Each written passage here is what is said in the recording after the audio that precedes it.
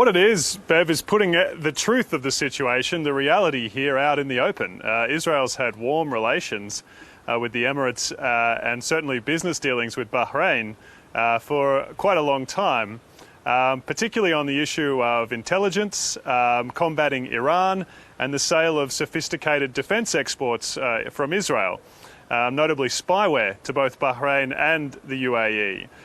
So what this does is really just provide, I think, let everyone deal a bit more honestly with how the region works, which is that the countries are lining up to form a kind of regional bloc against Iran, and that the Palestinian issue has really been, it's been on the sidelines for a long time, but now that fact is out in the open. These rocket attacks were timed for the signings. Could there be broader unrest in coming days, do you think? The rocket attacks, I mean, they sound like a lot, but in the context of the last couple of years, they are nothing compared to some of the recent escalations between Hamas and Israel and the other factions in Gaza as well. There were a couple of rockets fired. There was largely symbolic. Hamas timed it to show that it opposes the deal, and also that this is not a peace deal in that it doesn't end any conflict. It's a treaty between nations which were never at war. The actual conflict between Palestinians and Israel is ongoing. The military occupation by Israel, the world's longest, is ongoing. And in 3 years, the US says it will endorse Israel's annexation of large parts of the West Bank. So what Palestinians have been saying is that we're still here. Israel can make as many peace deals as it likes, but that doesn't change the reality for us.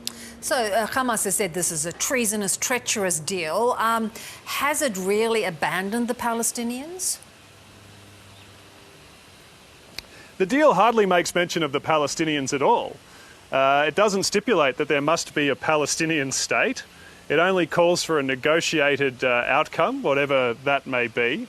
But really, most Palestinians are not expecting anything now. They're despondent, they're tired, they're defeated. They feel like their leadership has failed them. And there's now urgent calls for the Palestinians, to recognise the young people, their hopes and aspirations, to get rid of the current old crop of leaders, because they're worried they'll simply, what's happening now shows that they're really being left behind. How will this impact Benjamin Netanyahu's political fortunes? We know he's entered into that power-sharing arrangement. Is it another attempt to sort of keep himself in power? Even Mr Netanyahu's critics, Bev, recognise this is a significant achievement for Israel, the open recognition of the country by states which had previously said no peace before there's a Palestinian state. Even Mr Netanyahu's harshest critics recognise that this is a significant diplomatic achievement.